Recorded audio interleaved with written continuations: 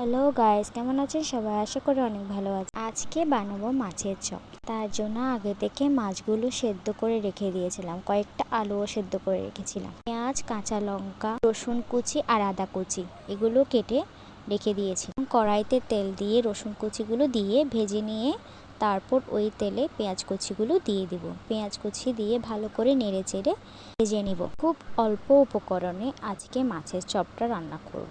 তারপর কাঁচা লঙ্কাগুলো দিয়ে দিব। কাঁচা লঙ্কাটা দিয়ে ভালো করে নেড়ে চেড়ে দিয়ে দিব। এবার দিব মশলা, হলুদের গুঁড়ো, মশলার গুঁড়ো আর সামান্য লঙ্কার গুঁড়ো দিয়ে ভালো করে নেড়ে চেড়ে কষিয়ে নিব। কষানো হয়ে গেলে ওইখানে সেদ্ধ করে রাখা মাছ আর আলুগুলো দিয়ে ভালো করে নেড়ে ছেড়ে দেব।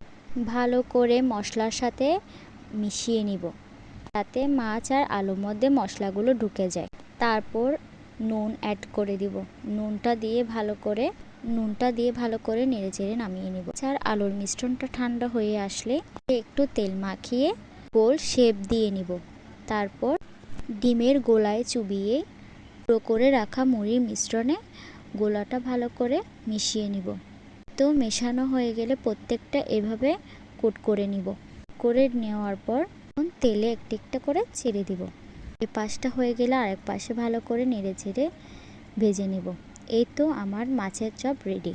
এটা ছিল আজকের ভিডিও। কেমন লাগলো জানাবেন, আর ভালো লেগে থাকলে লাইক, কমেন্ট, শেয়ার দিয়ে পাশে থাকবেন। ধন্যবাদ সবাইকে।